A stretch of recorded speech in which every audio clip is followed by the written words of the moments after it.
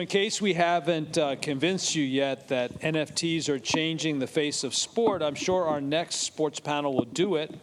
We have Ridley Plummer, Metaverse and NFT project manager from Tennis Australia and the Australian Open, and two people from his partner agency, Run It Wild, their founder, Adam Cata, and their CMO, Sarah May. Welcome, guys.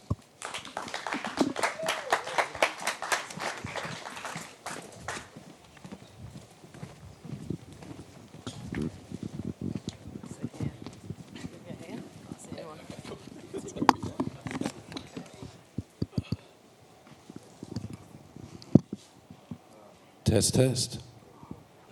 Are we doing that? Oh, we've got it. It's working. Okay. Can we get the volume on this one? No. God.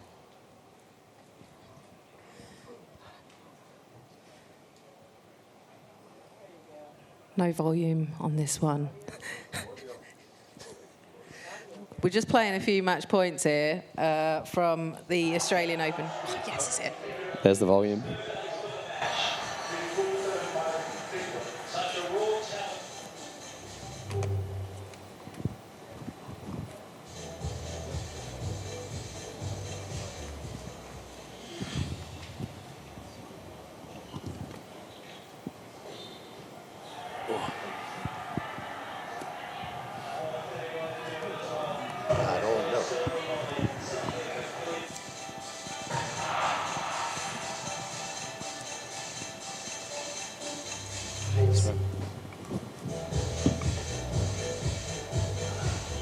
One more.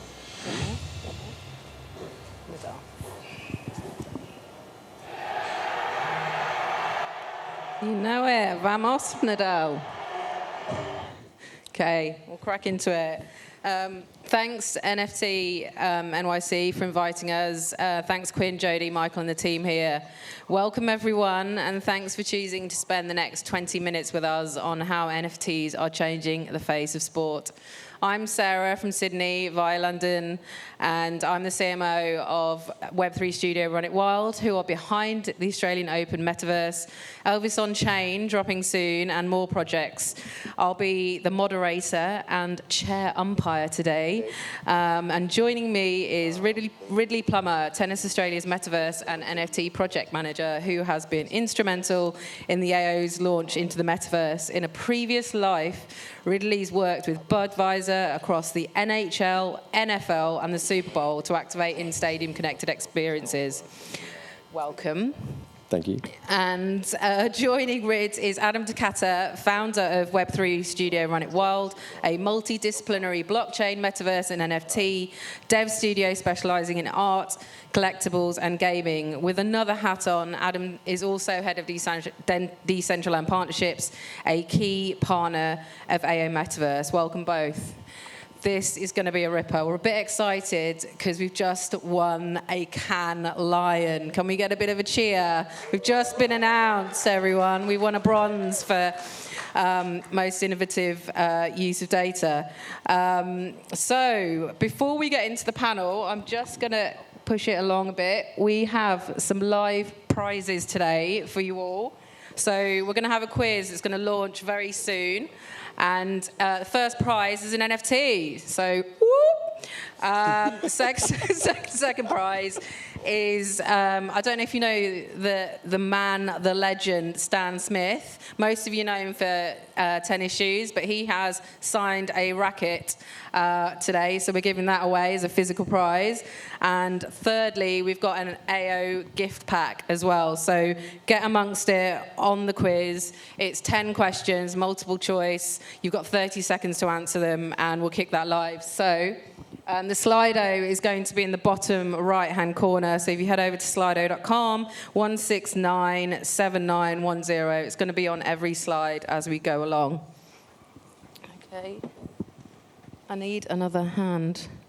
Cool. So I'll leave that there. Okay, so we'll get into it. So the first question for you guys is, what are you most proud of in your NFT wallet? Give us a little flex. Yeah. It'd have to be the AO Art Ball if I was allowed to own one, but I'm not allowed to own one. One of the integrity issues with Tennis Australia was that no one that worked for the Australian Open or Tennis Australia was allowed to own an AO art ball. That would be mine, but I'd have to say my other deed, which was very difficult to get, as everyone knows, it's probably the highlight. Nice one. Adam? I do love my AO art ball, but I would have to say the Medikey Edition 2, which was the Artifact edition. It's just places there's a special spot in my little heart for the fact that the extended utility, I was able to just mint a Clone X, and I had a Murakami drip. So there's a lot of special things that have come out of that, and I feel like that's probably the one that I've got the closest affinity to. For the audience that aren't tennis fans, this is for you, Rid. Why is the Australian Open referred to as the Happy Slam? The AO's sort of quintessential summer in Melbourne. It's just fun and engaging and entertainment. It is really a festival of sport and entertainment, and I think you can come to the AO for 4, 5, 6 hours and not even see a tennis ball hit throughout the day. And I think through innovation and creativity, this happy slam mentality came out of the players because they're so well looked after as well, and they enjoy being there so much. So Neat. Okay, cool. So, Rid, for the audience that haven't heard of the AO Art Ball, what are the world firsts of AO Art Ball? So, as you saw on the clip earlier on, the AO Art Ball was a collection of 6,776 rendered tennis balls that were each then connected to a 19 by 19 centimetre piece of the Australian Open court. We used Hawkeye data live in real time to then have a match-winning point land on a specific plot on the court, and then that NFT was updated with the relevant data from that match. So the player name, the round that it was in, and the championship that they were playing in. So inadvertently, you had examples like Ash Barty's win before her retirement that then became a digital representation of her last match point in a championship. Nice. And Adam, have you got any builds on that? What precedents did we set? I think there's something really beautiful in being able to find, the bridge between creative and technology, and in the most romantic perspective, it required the blockchain to be to enable the project itself. There was a point where we looked at the fact that there's not even one human fingerprint that was able to decide or decipher what the token ID would be related to what plot, and I think. Ultimately here, it just sort of engaged in a way that showcased, the beautiful nature of the fact that technology and art can come together in sport. Yeah, I was just going to say the 4 pillars that we worked on around sport, data and technology, gamification, and then engaging with tennis and NFTs has just found this beautiful spot that I think the owners love as well, because they were able to come in for so many different reasons. And tell us about the Decentraland experience and why that was a bit different. And Yeah, for the first time, it's probably important to note that we're all building in real time, so that can be daunting. But Decentraland's had a number of different experiences over the 2.5 years that it's been live. But I think with the Australian Open, it was a 14-day tournament. There was an excuse to go back every day. And the fact that, Ridley was able to work his magic and have a broadcast stream with the practice court, that there were classic matches being a new classic match every second day. There was wearable airdrops. I think it was, the fact that people were able to go back and enjoy it in different perspectives was one of the new precedents, I think, within virtual environments. So it was really great to see a use case and put it forward in a way that sort of engaged not only the community within Decentraland, but then a wider community from there that may have experienced the metaverse for the first time. Yeah, nice. It was actually really nice to do the first ever press conference there as well. So cool. That was pretty cool in the metaverse as well. I forgot to say we've got a live Slido. Apart from the quiz, we've got an AMA on there. So if you've got any questions, get them in. We'd love to answer them. So Adam, what's in your launch playbook for a successful NFT metaverse launch as a credible brand with real-time challenges of a tournament and conservative stakeholders? I know that the team, we ended up doing the project in about 10 weeks, and it was across Christmas and New Year. So I think probably some time management next time would be probably, manage expectations, and time management would probably come into favour. But There's always learnings, and everyone needs to continue to evolve. And I think one of the benchmarks that we set was how to engage with a brief that had its own limitations. And I don't think many should be. It shouldn't be fraught with danger when considering the fact that players and their IP wasn't able to be used within Tennis Australia, but it probably shaped the way that we could actually create this this project and the end result of it. So I think for us, it's if we can appreciate the fact that delivering something that is like an optimized smart contract that does many different things on chain and can engage in a way that has real-time data and everything else. Like for most people, I'd like to think that this isn't too different from other sports in many ways. So keeping an open mind, looking at different ways to be able to engage is probably the best part about it. Yeah. Yeah, nice. So let's get into the future now. So what's the future of NFTs in sport, Rid? I think data plays a huge part in the future of NFTs in sport. I think although we say we didn't dip the toe in, we sort of jumped in the deep end with a weight belt around our waist. We dipped our toe into a little bit of data that's available. There are so many millions of bits of data available in sport and so many factors that you can engage with a community and audience on. And we see so many collections out there now that have existed now for a few years, and they're very simplistic in the way that they're executed.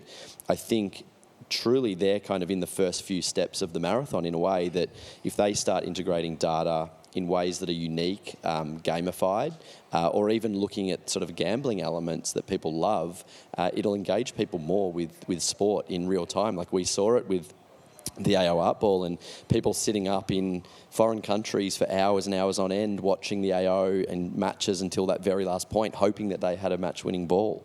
So I think, data is going to play a big part in it. What about you, Adam, from a tech perspective? Have you got any? I think the gamification was obviously important, but like I said, the romantic notion of it is that there's this real-time data and there's a tournament that's happening, and how can you engage people and legitimize it by being on the blockchain, because the authenticity of it all is there. So I feel like. Yeah, one part for me is utility, and we all speak about it. I'd like to think that we can unlock further utility that's even outside of the blockchain, and that's something that we can continue to explore with Ridley and the AO moving forward. But setting the right precedent is probably the best part. So getting the tech right.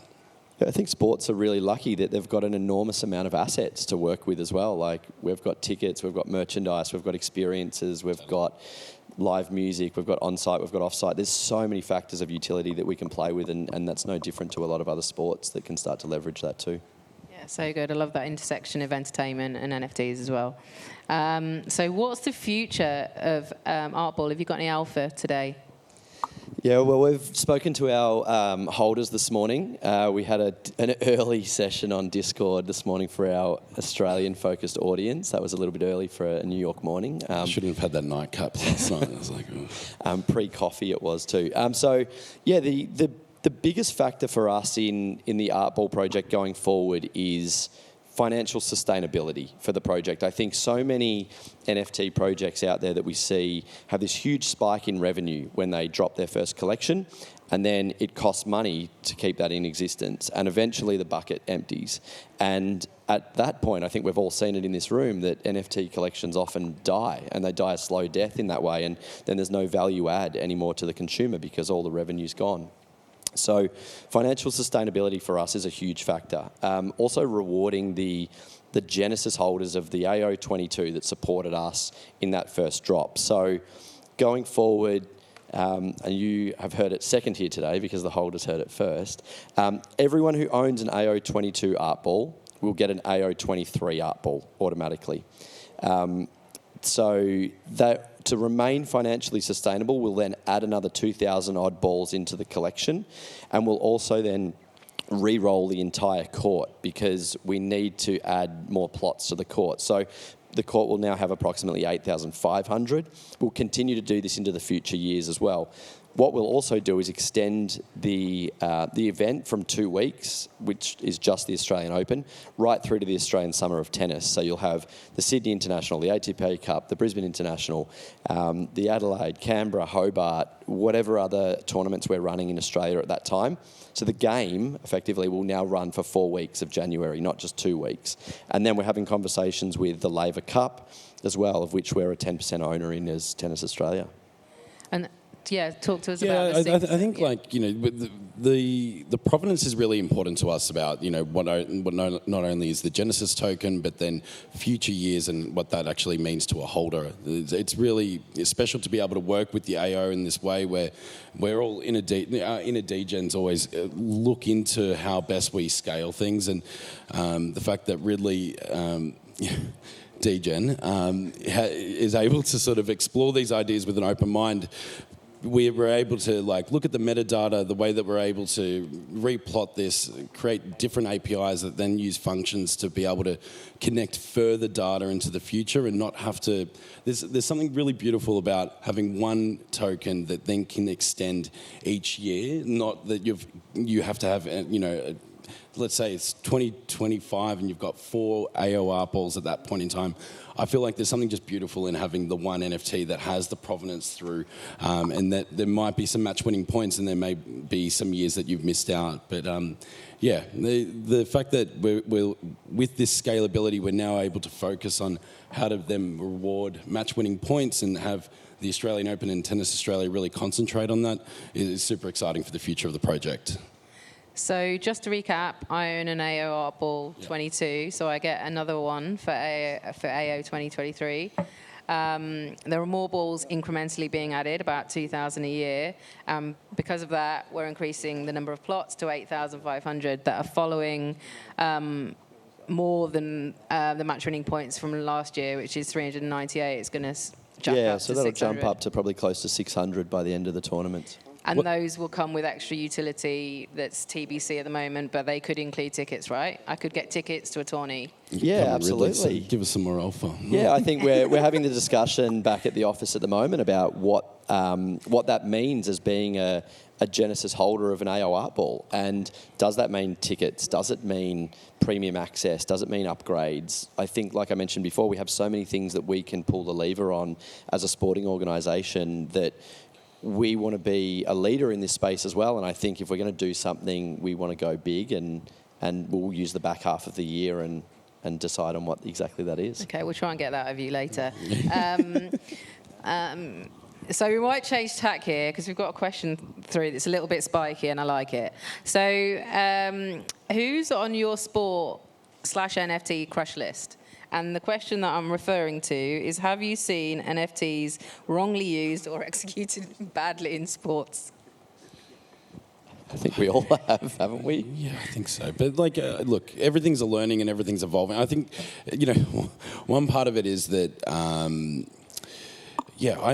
really looking forward to seeing the utility unlocked, and that's in general across everything. You know, the people can talk about, you know, scarce assets, but the reality is that you need the demand to be there, and you know, the demand just can't be focused on, you know, one aspect of owning a digital asset itself. So in the next few years, I think with the precedent of something like the Australian Open or other sports or Venus Sports Fan, you know, like there's these new NFTs that are coming through that hopefully can unlock a lot that may set new precedent and expectations to what can be possible in the future. But yeah, I would have to say that even though I, you know, enjoyed the NBA Top Shots experience very early on, I do see the flaws as, you know, like to what it may or could have been in different ways. And, you know, like everything is evolving. So I do feel like there hasn't been something that has blown my mind personally. Yeah.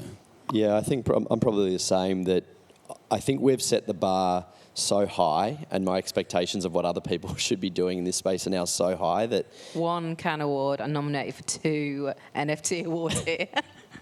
GOAT. We've got a bit of ego about us. Yeah, I know. I want someone to really push the boundaries. Like I'm expecting someone to come out that is a big global sporting organisation and really, like, creativity is only limited by your imagination in this space because we're working so quickly, and a dev will build something. If he or she has an idea, or someone has an idea and wants to build it, someone will build it tonight, and you'll wake up tomorrow morning and it'll be done. No, Ridley, timelines don't work like that. But Yeah, thanks, Rid, on the timelines. You haven't learned. Okay, cool. I think that was it for my questions. So I might take a few more from the audience as well. So.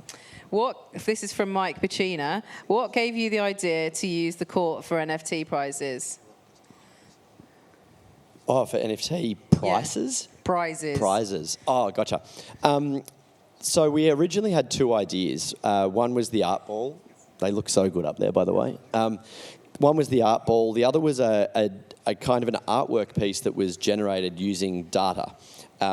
When we were originally ideating the two concepts, we didn't feel like either of them stood alone strong enough by themselves. So there was a late night session to sort of work through some creative that ended up saying, why don't we plug the data from option B into option A, and then how do we actually make that relevant? Why don't we divide up the court into 6,776 equal parcels? We didn't even know at that point if the data that we were getting fed in was actually going to correlate the way that we wanted it to. So there was a bit of testing that needed to get there. But and the access to Hawkeye, which was a fundamental part of it all. But yeah, I think the match-winning point was such an obvious thing, but the rules that we had to set were the thing that we spent a lot of time on. The last legal bounce, which, mind you, we were like, we're never going to get caught out with the fact that there might be something. A match can finish with a double fault. And it that did. would have no plot that it landed on, or it could finish with an out ball. Yeah. The trials and tribulations. Okay, of well, tennis this is rules. probably one for you, Adam. What will Hopefully it that take answered. for AO to be cross-metaverse, not just a single platform like Decentraland, include Roblox, Horizon? That's from Nacho. Yeah, so interoperability is one core focus of mine personally, and I think something where we're building out lots of different things. Obviously, I work with Decentraland very closely, but it's the ethos within Decentraland that there's an open source platform. Being an open source platform, that it has its arms wide open, and I feel like that's the process and the approach that we work with all our brands and IP partners with. So, blockchain agnostic is something that I'm not. I'm a bit sensitive to, but metaverse agnostic, I do think that there's a place in general, and it's just to be treated independently from each other, and that you add value to those communities in different ways. So, it's something that we're working through for 23 at the moment. Yeah, cool. I've got one for you. Well, what about IP rights? Where would you like them to go? Why is it so tricky? And Go away. Yeah, go away. The tennis fraternity is very fragmented, and some people in the room may know there's the ITF, the ATP, the WTA, the Australian Open, the French Open, Wimbledon, and the US Open. Although we're all kind of cousins, and we're somewhat related, we're all very separate entities. And then you've got 500 odd players that sit below all of those events. This guy's managed by his mother, this guy's managed by his brother, this guy's at IMG, this girl's at Octagon. Like, it's completely fragmented all over the place. So unlike the NBA Players Association, who represent the rights to to the commercial IP of the players, we don't have that access to the tennis players. So we would have to go to every individual player and have them release their IP rights to us, which we just didn't have the time to do, and I personally don't think it would end up happening either. So hence why we had to get creative with something like this, and I think it really helped us to push the boundaries on what was possible, because we had limitations in the sense that we couldn't use the players. Yeah, cool. Last one, Rid. We've been a bit creative with the events that we've had here. We've actually brought tennis to the NFT.NYC. So tell us about the events and why they're a bit different and where they can find us next. Yeah, I think it was important to us that we took the mantra that the AO has, which is that it's a festival of sports and entertainment. And we wanted to bring the AO Art Ball here and have a festival of sport and entertainment, and not just be NFT focused, and not just do bougie parties. I think that was something that we don't necessarily stand for as a brand. We wanted to get people on court playing tennis to sport. So yesterday we had a suite up at the Mets game. Fortunately, the Mets got up. Beautiful day out there. Unbelievable experience. The guys got to go down and do a field walk. And a truly unbelievable experience yesterday at the Vanderbilt Tennis Club, which, for anyone that doesn't know, is a public tennis court that's located inside Grand Central Station. We actually got Stan Smith up from, I think he's in Miami these days. He came up with his team and held a private clinic on the court for 15 AO Art Ball holders. Everyone got signed Stan Smith shoes, and I think some pretty memorable memories were made last night. What's happening on Wednesday night? Wednesday night, so Marriott Bonvoy, a great partner of the Australian Open and Tennis Australia, have been kind enough to give us the living room lounge at the W, just over this way, whichever way it is, just W Times Square. So if anyone wants to join us, level 7 at the living room at the W tomorrow night from 5 p.m. Match for point our margaritas on match on point us. margaritas and warm-up drinks, because everyone needs to warm Join up us. before they go on court. Join us. You know, the Aussies are good for parties. Oh, and brunch. Then we've got brunch in Brooklyn on Friday. Yeah, we do. A recovery brunch. I've got to quickly announce winners. Mike Bacina has come first, gets a free NFT. Second, we've got Vexter, who gets the Stan Smith racket. And Michael, can you make yourself available? I have no idea who you are at the end, and we'll sort you out with an AO gift pack. Thanks, everyone. I hope you have a good evening. Thanks, everyone. Thank you.